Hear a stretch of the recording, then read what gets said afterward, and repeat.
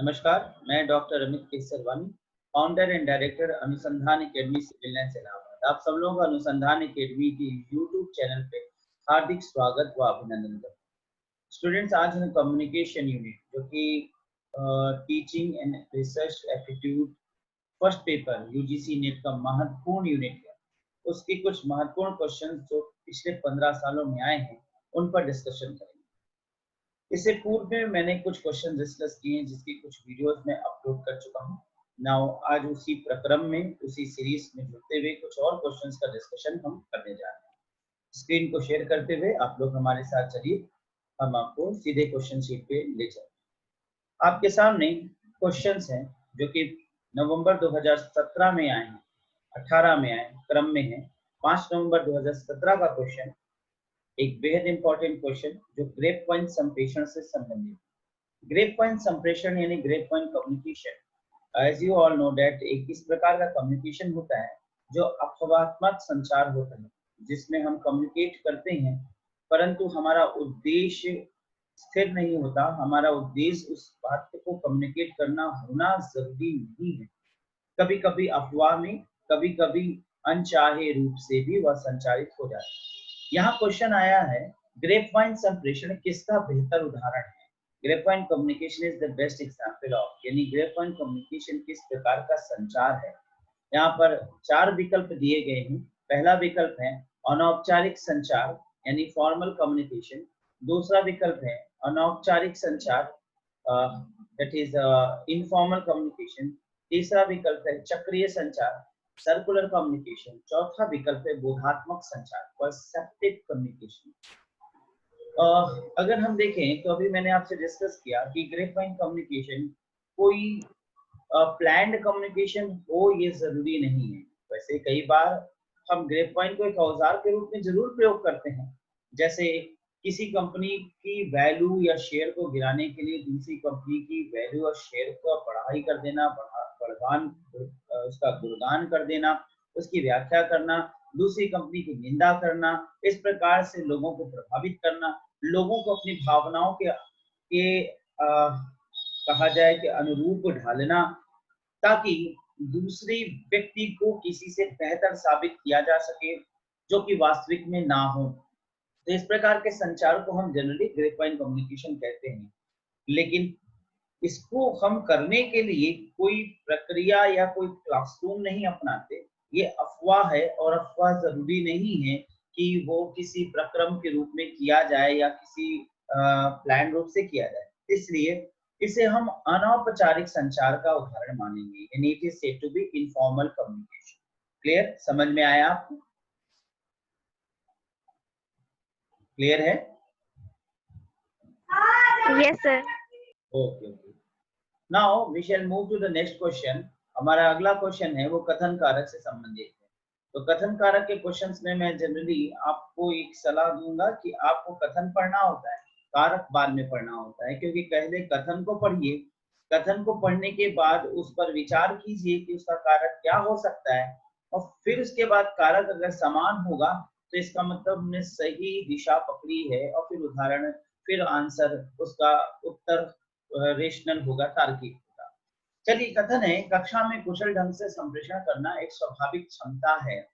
To communicate well in the classroom is a natural ability. Classroom में communicate करना एक natural ability है कि नहीं है? अगर हम अपने मन से सोचे, इस बात पर विचार करें, तो यह बात कहना कि क्लासरूम में कम्युनिकेशन एक नेचुरल एबिलिटी है बहुत परफेक्ट नहीं है, क्योंकि क्लासरूम कम्युनिकेशन जनरली देखा जाए तो एक कुशल व्यक्तित्व होता है, एक अनुभवी व्यक्तित्व के साथ निखर के आता है। फिलहाल इस आधार को लेते हुए अगर हम इसके तर्क को देखें तो कक्षा में प्रभावी शिक्षण के लिए संप्रेषण प्रक्रिया का ज्ञान आवश्यक है। तर्क बहुत साधारण सा बात कह रहा है कि कक्षा में अगर इफेक्टिव कम्युनिकेशन चाहते हैं, यानी effective teaching in the classroom demand the knowledge of the communication process, which is as usually is a normal thing कि हाँ ठीक है कि हमें कम्युनिकेशन का ज्ञान होना चाहिए, हमें अच्छे से संप्रेषण आना चाहिए, तभी हम प्रभावी शिक्षण कर सकते हैं। लेकिन ये स्पष्ट दिख रहा है कि ऊपर का कहीं से भी स्पष्टीकरण नहीं कर रहा है, और ऊपर वाला स्टेटमेंट भी बहुत साधारण सा, और उसमें एक नेगेटिव तथ्य जा रहा था कि एक स्वाभाविक क्षमता है, जबकि ये एक आनुभाविक क्षमता होती है। स्वाभाविक नहीं, आनुभाविक, इम्पेरियलिस्टिक रिलेशन कहा जाएगा, इम्पेरियलिस्टिक कैपेसिटी। सो इस दृष्टिकोण से देखें तो ए गलत साबित हो रहा है और आर यहाँ नॉर्मल तथ्य है, इसलिए सही है। तो स्पष्ट आंसर हो रहा है कि ए गलत है परंतु आर सही है। स्पष्ट है, क्लियर है?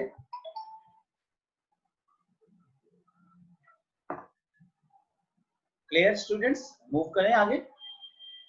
Yes sir. ठीक है, चलिए क्वेश्चन नंबर 68 पे आते हैं। ये भी एक बहुत अच्छा क्वेश्चन है। कक्षागत संप्रेषण में कुछ उद्दीपकों की स्वीकार्यता, कुछ उद्दीपकों की, उद्दीपक क्या होते हैं तो इस संबंध में मैंने आपको क्लासरूम में बताया था कि उद्दीपक वास्तव में एक प्रकार की एक ध्यान के आकर्षण के केंद्र बिंदु होते हैं जो हमें क्रिया करने के लिए उत्प्रेरित करते हैं। तो जो ध्यान के आकर्षण के लिए केंद्र बिंदु जो क्रिया की ओर अग्रसित करे उसे उद्दीपक कहते हैं। अभी कह रहे हैं कि कक्षागत संप्रेषण में कुछ उद्दीपकों की स्वीकार्यता और अस्वीकार्यता के बीच विभेदन किसका आधार है।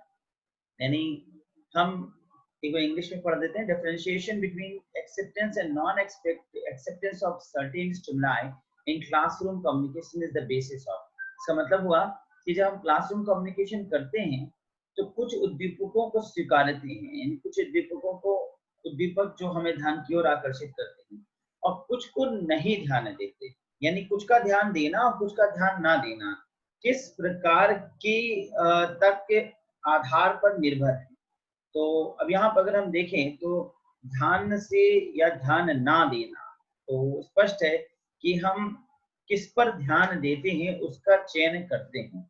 अब उस दृष्टिकोण से देखें तो 4 ऑप्शन लिखा है। चयनात्मक नैतिकता, सिलेक्टिव मॉरलिटी, यानी कि हम नैतिकता को ध्यान देकर तब चयन करते हैं, तो ये जरूरी नहीं कि हर बार जो हम तथ्यों को स्वीकार कर रहे हो नैतिकता युक्त हुई हो।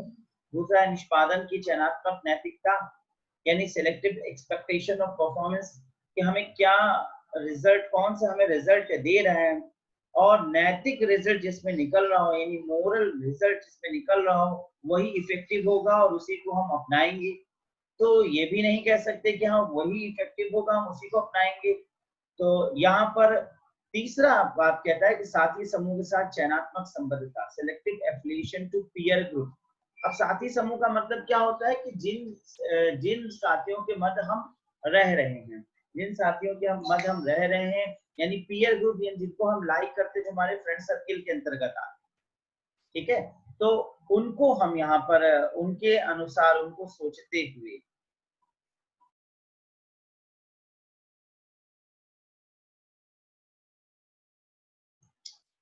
तो उनको सोचते हुए, तो उनको फ्रेंड्स के अकॉर्डिंग, तो यहाँ पर भी एक तरफा विचारधारा आ रही है। तो पहले दो में तो कि नैतिक तथ्यों से संबंधित विचारधारा, तो ये भी झुकाव है।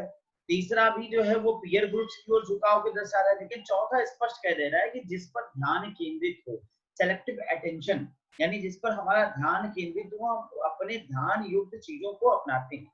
तो इस प्रकार से देखें तो चौथा पॉइंट हमारा ज्यादा परफेक्ट साबित होता हुआ दिख रहा है, और चौथा पॉइंट सबसे बेस्ट यहाँ पर उत्तर होगा। तो ये बात क्लियर हुआ आपको कि इसका आंसर क्या हो सकता है? ओके, समझ में आया? Yes sir. ओके, तो यहाँ पर हमारा आंसर जो है वो चौथा होगा। नाउ एक बार फिर से कथन कारक के क्वेश्चन आ गए हमारे सामने, और हम एक बार फिर वही प्रक्रिया अपनाएंगे कि हम आपसे चाहेंगे कि आप लोग कथन को पढ़ेंगे, कारक पर नहीं जाएंगे। तो मैं वही करूंगा, मैं सिर्फ कथन को आपको दिखा रहा हूँ, कारक नहीं दिखा रहा हूँ।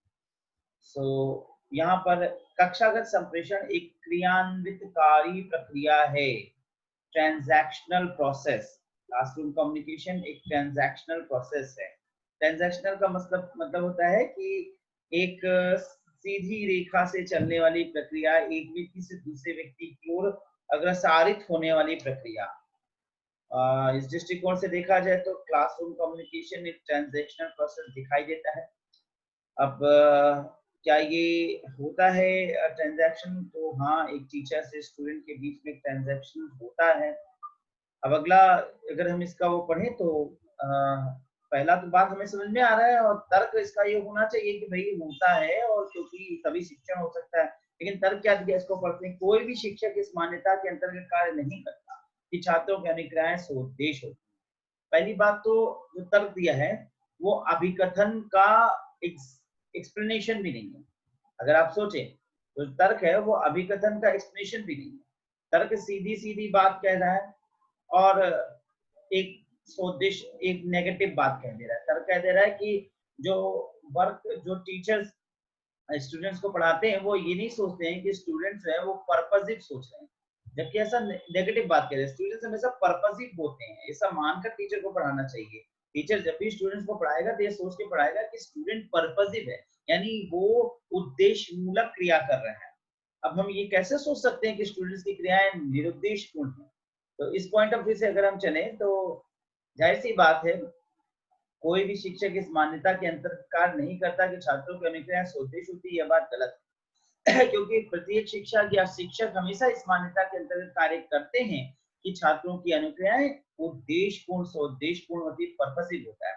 तो यहाँ पे स्पष्ट हो रहा है कि ए सही है परंतु आर गलत है, और इस प्रकार से विकल्प इसका चौथा साबित होता है। क्लियर स्टूडेंट्स, समझ में आया आपको? ओके,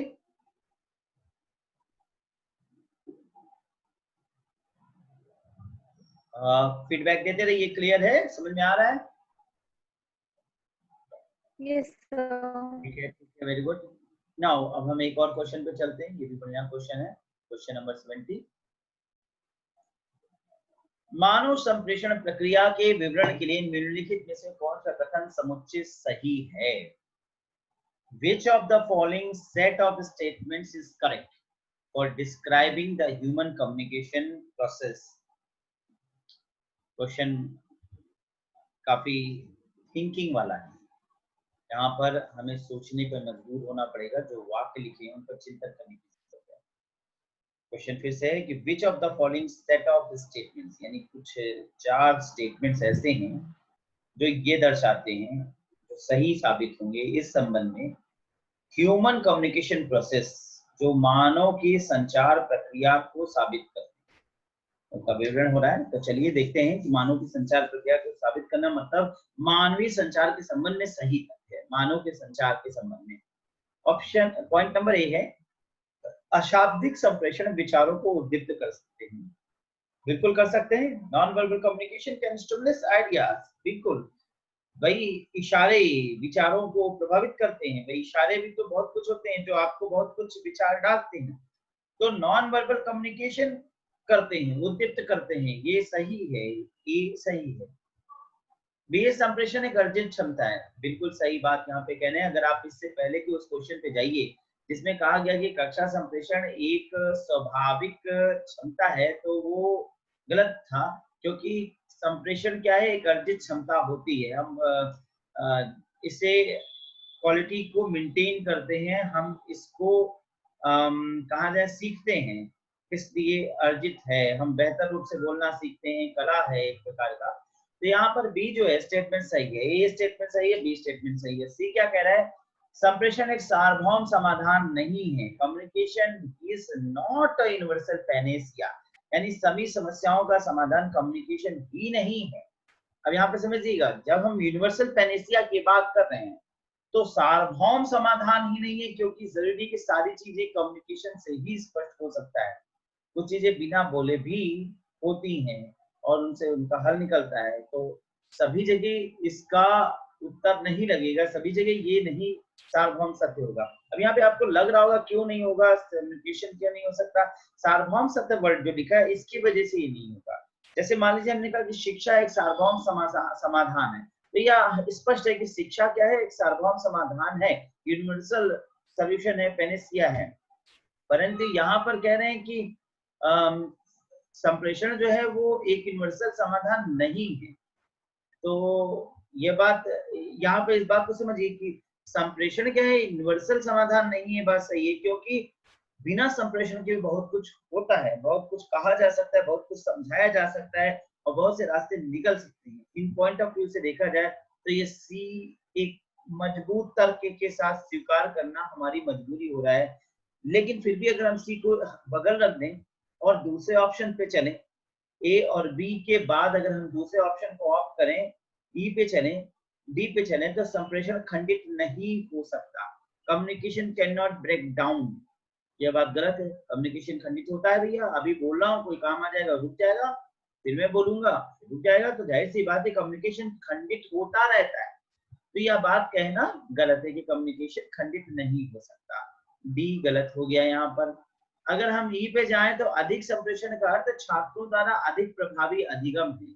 तो जितना ज्यादा संप्रेषण होगा, अधिक संप्रेषण का अर्थ छात्रों द्वारा अधिक प्रभावी अधिगम है, उतना ज्यादा बच्चे सीखेंगे।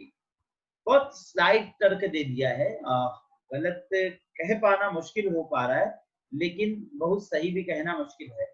फिलहाल हम इसको भी लीव करेंगे, क्योंकि अभी तक मजबूत तर्कों में हमने 4-5 स्टेटमेंट पढ़े और हमें ए और बी सबसे मजबूत मिले।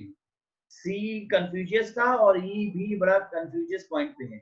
एफ पे आए, कक्षागत संप्रेषण के माध्यम से सीखे हुए का मूल्य छात्रों के लिए महत्वपूर्ण नहीं है।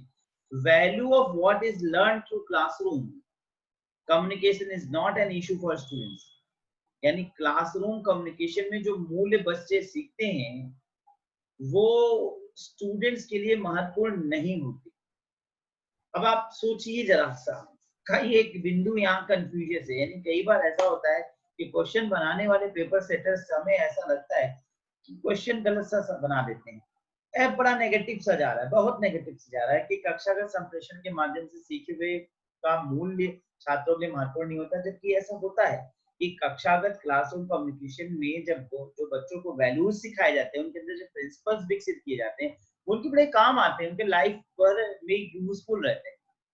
अब जरा आप ऑप्शन के अकॉर्डिंग देखिए तो एफ ऐसा पॉइंटर जो सब में दिया है, अतः हमारी मजबूरी है कि हमें एफ को सही मानना पड़ेगा।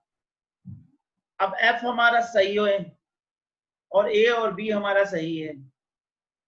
अब ए, बी और एफ अगर हम तीनों को देखें तो चौथे ऑप्शन में आता है। सी संप्रेषण एक सार्वभौम समाधान नहीं है, एक स्लाइड सत्य है लेकिन पूर्ण सत्य नहीं है। लेकिन यहाँ पर फिर वही ऑप्शन के दृष्टिकोण से हमें सी को सत्य मानते हुए उत्तर लेना मजबूरी हो जाएगा। अतः चूंकि ए बी मजबूत तर्क है और ए बी सबसे मजबूत तर्क होने के नाते चौथे विकल्प के अलावा कहीं भी ए और बी एक साथ नहीं आया है, इसलिए हमें उत्तर को चौथा रखना होगा और फोर्थ यहाँ पर ऑप्शन सही साबित होगा। क्लियर स्टूडेंट्स, समझ में आया है क्वेश्चन? Yes sir. चले हम क्वेश्चन नंबर 71 पर। क्वेश्चन नंबर 71 एक बार फिर आपके सामने क्वेश्चन है कथन कारक का। तो यहाँ पर मैं चाहूंगा कि आप लोग अभी तर्क ना देखें और क्वेश्चन को मैं चाहो तो बड़ा कर देता हूँ थोड़ा सा। चलिए ठीक है, दिख रहा होगा। यहाँ पे अभिकथन को पढ़ेंगे और फिर पहले तर्क बनाएंगे और फिर उसके बाद हम इसको समझेंगे।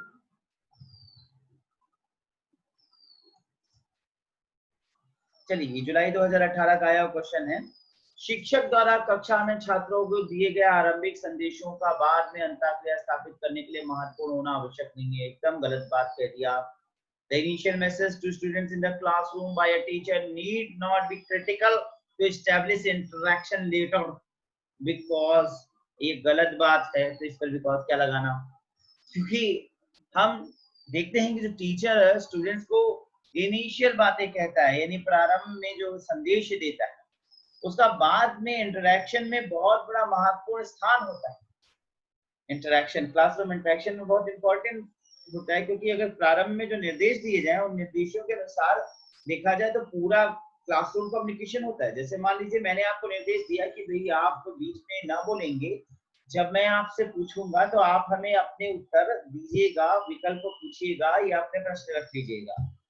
तो अब मैंने जो निर्देश दिया ये पूरे लेक्चर में महत्वपूर्ण है, तो भाई यह बात कह रहे नहीं है, तो यह बात यहाँ पर गलत है। तो इस प्रकार से अभिकथन ये गलत है। अब जब ये गलत है तो इसका तर्क क्या? अब इसका तर्क थोड़ी निकाला जाएगा, जो चीज गलत है उसका तर्क नहीं निकाला जाएगा। अब सीधा सीधा क्या करना होगा, हमें दिख रहा होगा कि जो तर्क वाला वाक्य है वो वाक्य सही है कि नहीं। तो ये तो गलत है। अब चलते हैं हम तर्क वाक्य पे।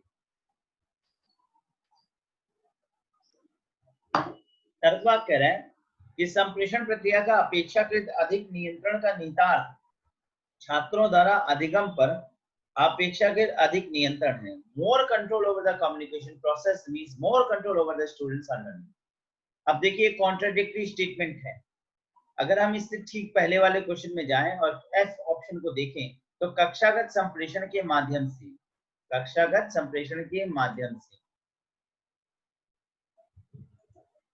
कक्षागत संप्रेषण के माध्यम से सीखे हुए का मूल्य छात्रों के लिए महत्वपूर्ण नहीं है। ठीक है, और यहाँ पर अब आप देखिए तो संप्रेषण प्रक्रिया का अपेक्षाकृत अधिक नियंत्रण का निहितार्थ छात्रों द्वारा अधिगम पर अपेक्षाकृत, और एक विकल्प दूसरा था याद आ रहा है मुझे, अधिक संप्रेषण का छात्रों द्वारा, हाँ ये अधिक संप्रेषण का अर्थ छात्रों द्वारा अधिक प्रभावी अधिगम है।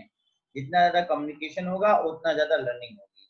अब यहाँ पे देखिए तो संप्रेषण प्रक्रिया का अपेक्षाकृत अधिक नियंत्रण का निहितार्थ छात्रों द्वारा अधिक अधिगम पर अपेक्षा अधिक नियंत्रण है। यानी जितना अच्छा हम कम्युनिकेशन करेंगे, एक कम्युनिकेशन प्रक्रिया पर अपेक्षाकृत अधिक नियंत्रण का मतलब यही होता है कि आप कितना अच्छा कम्युनिकेशन करेंगे। तो जितना अच्छा हम कम्युनिकेशन करेंगे, जितना अच्छा हम बताएंगे, उतना बढ़िया बच्चा सीखेगा। वही बात करें, अधिगम पर अपेक्षाकृत अधिक नियंत्रण होगा।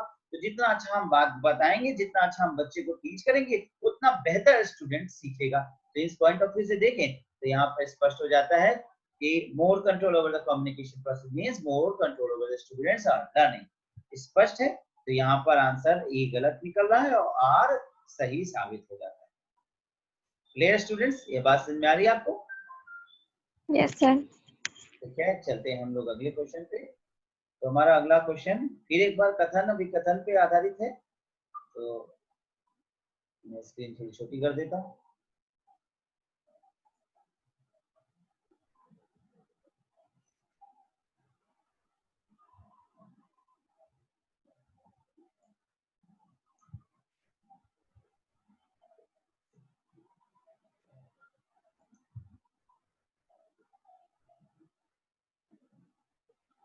दिख ही रहा है, कोई इश्यू नहीं है, दिख रहा है। अभी कथन देखना है आपको, बाकी चीजें तो मैं आपको देखने नहीं दूंगा।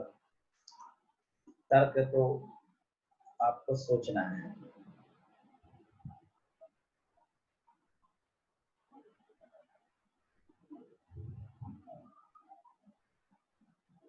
चलिए यहाँ पर हम चलते हैं। नीचे दो कथन दिए गए हैं जिनमें एक को अभिकथन और दूसरे को तर्क कहा जाए। तो अभिकथन पढ़ते हैं सीधा। कक्षागत परिस्थितियों में प्रयुक्त संदेशों के अर्थ स्वभावतः स्वैच्छिक होते हैं। यानी जनरली ऐसा देखा गया है कि क्लासरूम में जब कम्युनिकेशन हो रहा होता है तो जो टीचर कम्युनिकेट कर रहा होता है क्लासरूम कंडीशन के अंतर्गत, यानी क्लासरूम एटमॉस्फेयर में, वो जो उसके इच्छा से जो मन से निकलता चला आ रहा है वही वो बताता है। यानी बहुत सोच विचार करके नहीं बताता, तो अपनी इच्छा पर जो उसके मन में निकल आ रहा है वो उसको बताया चला जा रहा है, बहुत सोच विचार करके नहीं निकलता। यानी क्लासरूम कम्युनिकेशन में देखा गया है कि जैसा उसके मन में आ रहा है बस वैसा ही बताता चला जा रहा है। तो इस प्रकार से देखा जाए तो स्टूडेंट्स अभिकथन जो है वो यहाँ पर सही दिख रहा है। कक्षागत परिस्थितियों में प्रयुक्त संदेशों के स्वभावतः स्वैच्छिक होते हैं और वो बनावटी नहीं होते और ना ही बहुत रटंत होते हैं, यानी बहुत याद करके नहीं कहा जाता। तो इस पॉइंट ऑफ व्यू से देखा जाए तो हमें अभिकथन सही प्रतीत होता हुआ दिख रहा है। अब जरा तर्क पे चले तो व्यक्ति अपने पूर्वानुभवों के परिणाम स्वरूप अर्थों को ग्रहण करता है।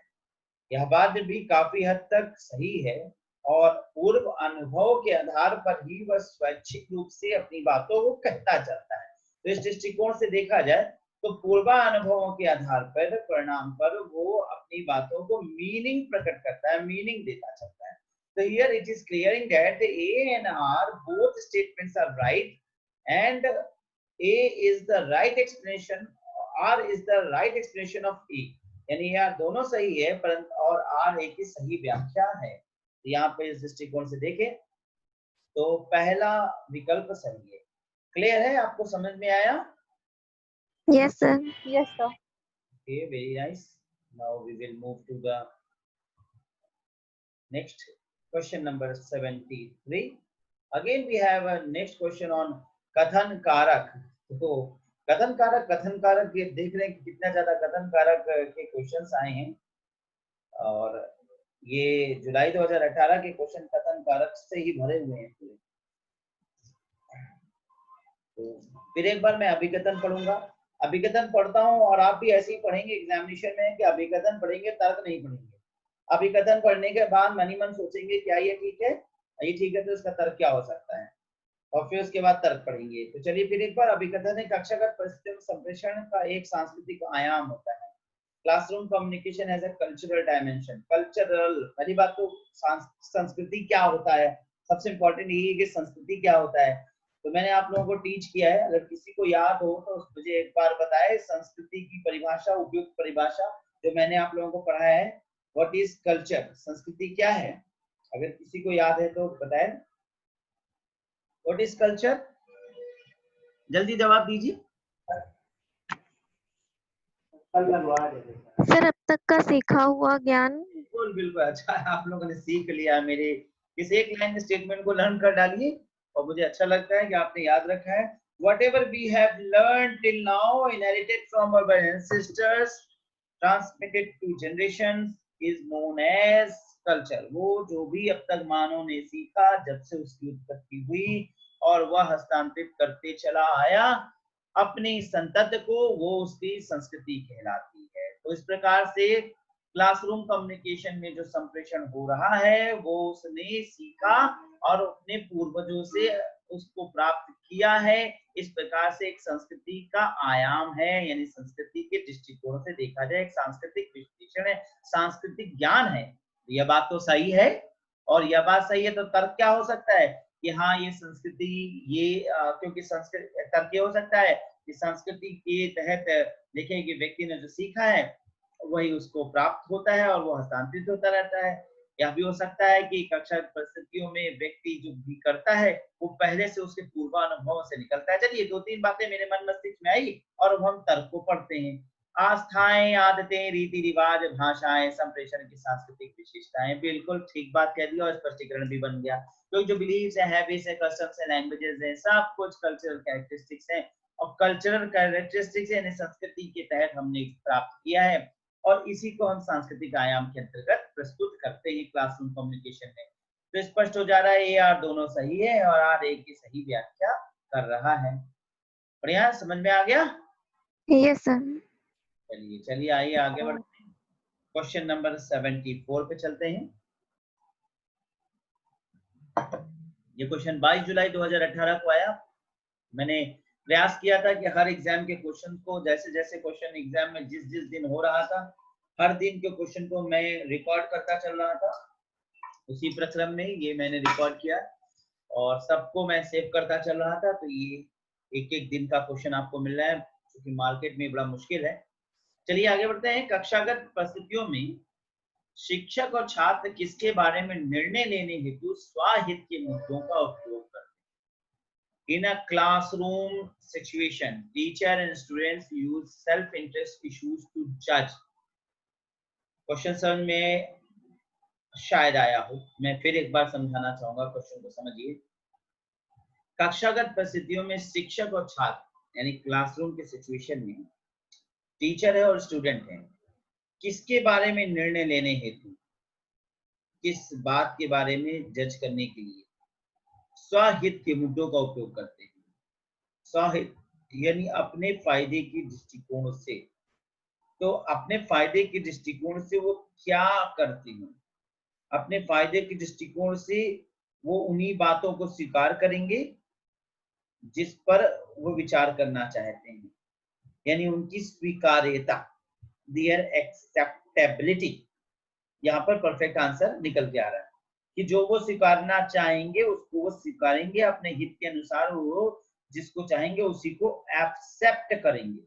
अब जब सेकंड ऑप्शन को देखें तो असमीक्षात्मक प्रवृत्तियां, गलत बात कह रहा है। असमीक्षा, जिस पर समीक्षा नहीं की जा सकती तो उसको क्यों वो एक्सेप्ट करेगा, जिस पर समीक्षा की जा सकती है उसी को एक्सेप्ट करेगा। तो ये सेकंड गलत हो गया। तीसरा है विचारों का नकारात्मक प्रबलन, नेगेटिव बात, नेगेटिव रेनफोर्समेंट। जहां नकारात्मक विचार होंगे वो प्रभावी होंगे, तो नकारात्मक विचार प्रभावी होंगे नहीं, क्योंकि वो नकारात्मक विचारों को नहीं स्वीकारना चाहता, सकारात्मक विचारों को स्वीकारते हैं।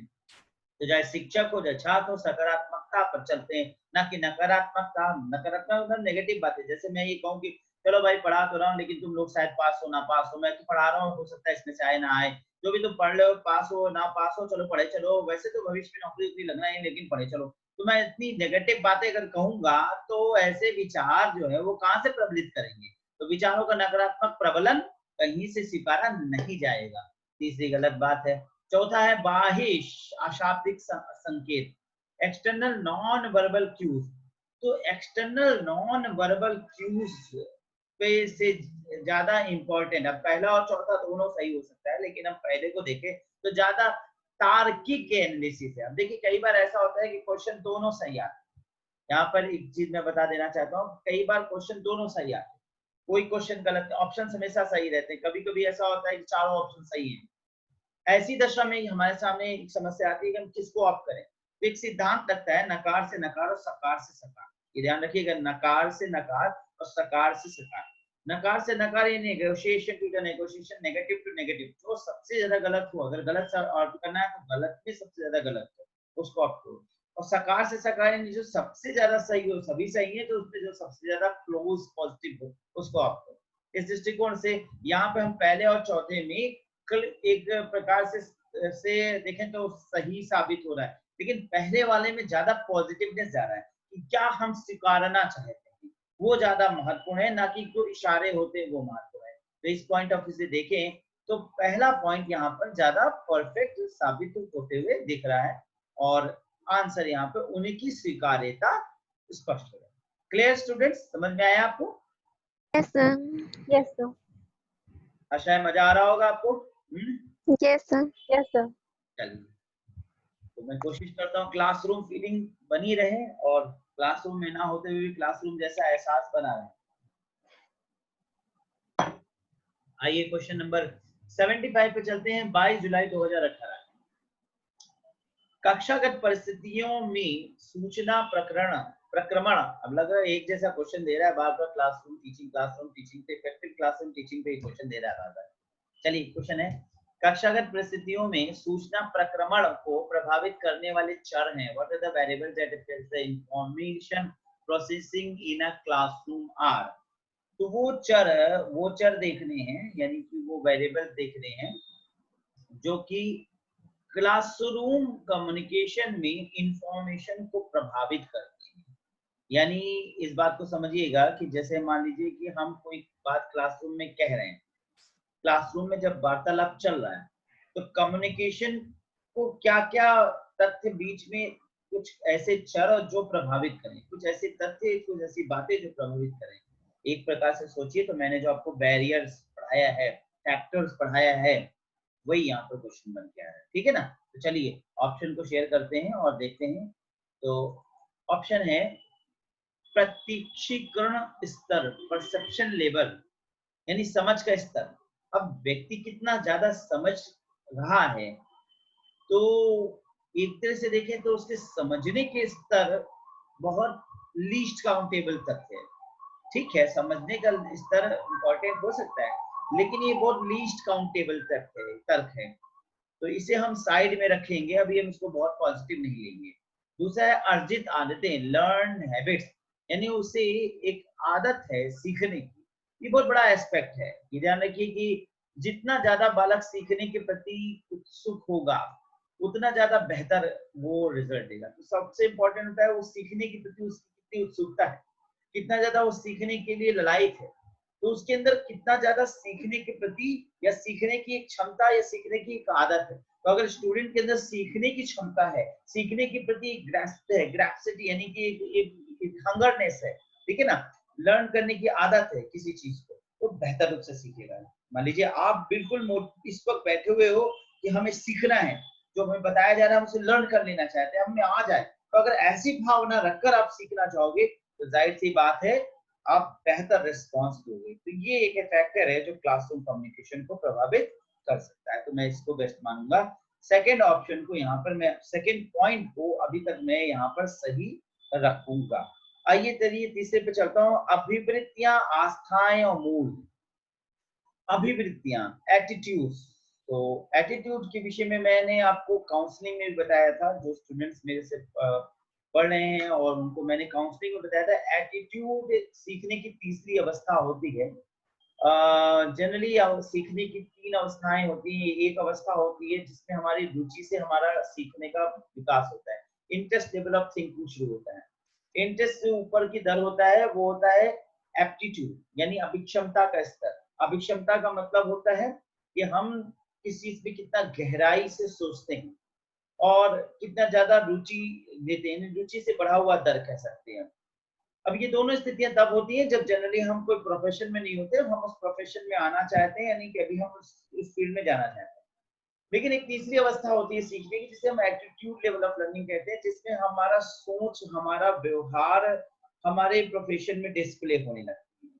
यानी हमारा प्रोफेशन में हमारे व्यवहार में हमारे प्रोफेशन डिस्प्ले होने लगते हैं। यानी हम उस चीज में बिल्कुल खो जाते हैं, रम जाते हैं। तो ये बड़ा अच्छा होगा कि अगर हम एज ए स्टूडेंट बिहेवियर में खो जाएं, ऐसी क्लास एटमॉस्फेयर में बिल्कुल रम जाएं, तो एटीट्यूडनल यानी लर्निंग की एटीट्यूड हम में आ जाए, किसी चीज को पाने की एक बड़ी जिजीविषा जागृत हो जाए, एटीट्यूडनल लर्निंग हमारे अंदर आ जाए। ये बहुत परफेक्ट और पॉजिटिवनेस साइन यहाँ पे दिखता है कि हम कितने ज्यादा एटीट्यूडिंगली किसी चीज को सोच रहे हैं। तो ये एक पॉजिटिव पॉइंट है। तो एटीट्यूड यहाँ पर ठीक है। इसी प्रकार बिलीव्स एंड वैल्यूज को भी अगर हम देखें तो हम कितना बिलीव करते हैं। यानी अब मान लीजिए एक टीचर एक स्टूडेंट एक टीचर पे बहुत बिलीव करता है, तो जाहिर सी बात है कि वो उसको बहुत पॉजिटिवली लेगा, एकदम उसका अनुयायी होगा। जैसे एक नेता उसका एक अनुयायी होता है, बहुत बिलीव करता है कि नेताजी ने जो कहा वो बस सही है। एक फॉर एग्जाम्पल अगर पीएम है, उसके कैबिनेट मिनिस्टर्स है, तो वो उसको बहुत बिलीव करेंगे, जो पीएम साहब कह रहे हैं सही है, आप जो गलत भी कह रहे हैं तो सही है। इसी प्रकार से एक नेता जो कह रहा है तो एक नेता की भांति उसके अनुयायी, उसी प्रकार एक टीचर को उसके स्टूडेंट्स अगर उस पर बड़ा बिलीव करें, उस पर विश्वास रखें, तो वो पॉजिटिव निकलेगा। यानी फैक्टर देखा जाए तो बिलीव एक पॉजिटिव फैक्टर है। और इसी प्रकार बिलीव और दूसरा एस्पेक्ट जो यहाँ पे कहा गया वो that is belief and values. Values का मतलब मूल्य, तो उनके लिए कितना महत्वपूर्ण रखता है, यानी वो कितना मूल्यवान तत्व है। तो जितना मूल्यवान तत्व होगा उतना ज्यादा पॉजिटिव अप्रोच आएगा। तो जितना ज्यादा मूल्यवान तत्व उतना पॉजिटिवली उनकी सोच यहाँ पर दिखाई देने लगी। तो ये पॉइंट ऑफ व्यू से देखा जाए ये महत्वपूर्ण एस्पेक्ट यहाँ पर कहा जा रहा है। तो यहाँ पर मैंने आपको बताया है। तो देखा जाए तो अर्जित आदतें पॉजिटिव है, attitude, beliefs and values positive है, दूसरा और तीसरा पॉजिटिव चला गया। चौथा कह रहा है चयनात्मक कारक, सेलेक्टिविटी फैक्टर। सेलेक्टिविटी फैक्टर का मतलब होता है कितना ज्यादा आप सेलेक्टिव, वही है कितना आप किस चीज पर आप कितना चयन कर रहे हो या कितना ध्यान लगा रहे हो। इस चयनात्मक फैक्टर को भी हम लोगों ने ऊपर ध्यान, चयनात्मक ध्यान के रूप में भी पढ़ा था। एक क्वेश्चन आया था चयनात्मक ध्यान, जिसका ऑप्शन था यानी किसी चीज, देखिए सब फिलोसफिकली है, बहुत फिलोसफिकली हमें सोचना है कि चाइल्ड साइकोलॉजी भी कहेंगे कि बच्चे के चाइल्ड साइकोलॉजी होता है कि वो कितना ज्यादा ध्यान दे रहा है किसी तरफ पे। कोई बात टीचर बता रहा है तो उस पर कितना ज्यादा चिंतन कर रहा है, कितना सेलेक्टिव होकर उस चीज को उठा रहा है, यानी किसी पॉइंट पर कितना केंद्रित हो जा रहा है। तो ये सेलेक्टिवली, तो यह बात यहाँ पे पॉजिटिव दिखाई देता है कि वो कितना सेलेक्टिव होकर सोच रहा है। तो ये एक सही एस्पेक्ट है। तो अभी तक हमने देखा दूसरा, तीसरा और चौथा पॉजिटिव रूप से जा रहा है और इसको हम सबसे साकार मान रहे हैं। पांचवा है बाजार की अपेक्षाएं, मार्केट एक्सपेक्टेशंस। तो स्टूडेंट्स ये मान के चलिए बाजार की अपेक्षाओं से यहाँ रिलेशन है कि मार्केट में किस चीज कितनी डिमांडेड है या कितना ज्यादा लाइकेबल है। अब एक दृष्टिकोण से देखा जाए तो कोई चीज कितना ज्यादा प्रैक्टिकल है, कितना व्यवहारिक है, या कितनी उसकी उपादेयता है, प्रोडक्टिविटी है। तो कोई टॉपिक ऐसा बताया समझाया जा रहा है जो बहुत ही प्रभावी हो, बहुत प्रोडक्टिव हो, मार्केट में उसका एक्सपेक्टेशन है, मार्केट में उसकी ज्यादा डिमांड हो, ज्यादा से ज्यादा लाइकेबल हो, तो जाहिर सी बात है उधर खिंचाव होगा, सेलेक्टिवनेस उधर बढ़ेगा। एग्जाम्पल मान लीजिए कि मैं आपको कोरोना के विषय में एक इलाज की दृष्टिकोण से कुछ बातें बताऊं, तो ये आज की डेट में, चूंकि ये एक कोरोना काल चल रहा है इस समय, आज की डेट में कोरोना एक समस्या है और इसकी दवा, इसके निराकरण पर बड़ा विचार चल रहा है, मनन चल रहा है, चिंतन चल रहा है। और मैं अगर इस टॉपिक पर आपको कुछ बताना चाहूँ तो चूंकि मार्केट में बड़ा ही इस समय गर्म मुद्दा है और बहुत हाईलाइटेड है, इसलिए ये बहुत ही सेलेक्टिव होगा, यानी ध्यानाकर्षण इस पर होगा। तो इस प्रकार से देखें तो फिफ्थ पॉइंट भी मजबूत फैक्टर है क्लासरूम कम्युनिकेशन को स्ट्रॉन्ग बनाने के लिए। तो अगर उस पॉइंट ऑफ व्यू से चला जाए तो यहाँ दूसरा, तीसरा, चौथा, पांचवा अभी तक सही साबित होता है, दिख रहा है। और उस हिसाब से ऑप्शन 2 तो सही हो चुका है, क्योंकि 4 ही ऑप्शन लेना था। लेकिन चलिए हम छठा ऑप्शन पढ़ते हैं, छठा पॉइंट पढ़ते हैं। तो संस्थागत हस्तक्षेप, इंस्टीट्यूशनल इंटरवेंशन, वैसे ही गलत बात कह दिया। हस्तक्षेप, इंस्टीट्यूशन जितना हस्तक्षेप करेगा उतना अच्छा प्रभावी शिक्षण नहीं बल्कि निष्प्रभावी शिक्षण होगा। इंस्टीट्यूशन का हस्तक्षेप ज्यादा नहीं होना चाहिए, और क्या इंस्टीट्यूशन का हस्तक्षेप से प्रभावी होगा, तो ये तो गलत कह दिया। तो अब देखें तो पहला कुछ पॉइंट पॉजिटिव था, लेकिन ऑप्शन के पॉइंट ऑफ व्यू से अगर हम चले तो दूसरा, तीसरा, चौथा, पांचवा ही हमें आंसर के रूप में समझ में आते हुए दिख रहा है। Clear? Yes, sir. Option B. हाँ, तो मैं समझता हूँ कि 70, 66, 67, 68, 69, 70, 71, 72, 73, 74, 75 10 क्वेश्चन मैंने इसमें डिस्कस किया। इस वीडियो में मैंने 10 क्वेश्चन डिस्कस किया और आज मैं इसको यहीं पे रोकूंगा। फिर इसके आगे हम लोग आगे के क्वेश्चन फिर अगले वीडियोस में डिस्कस करेंगे। तब तक के लिए आप सब लोगों को धन्यवाद। और मैं चाहूँगा कि जो लोग ऑनलाइन हमारे इस वीडियो को देख रहे हों वो मेरे चैनल को जरूर सब्सक्राइब करें, अनुसंधान एकेडमी इलाहाबाद। और सब्सक्राइब भी न करें बल्कि एक बेल आइकॉन होता है वो जरूर दबा दीजिएगा। बेल आइकॉन दबाने से ये फायदा होता है कि जो भी मैं कुछ नया वीडियो या नोटिफिकेशन डालता हूँ वो आपको तुरंत मिल जाता है। तो बेल आइकॉन दबाना मत भूलिएगा। तो स्टूडेंट्स, नमस्कार करना चाहूंगा और आप फिर मिलेंगे अगले वीडियो में। नमस्कार।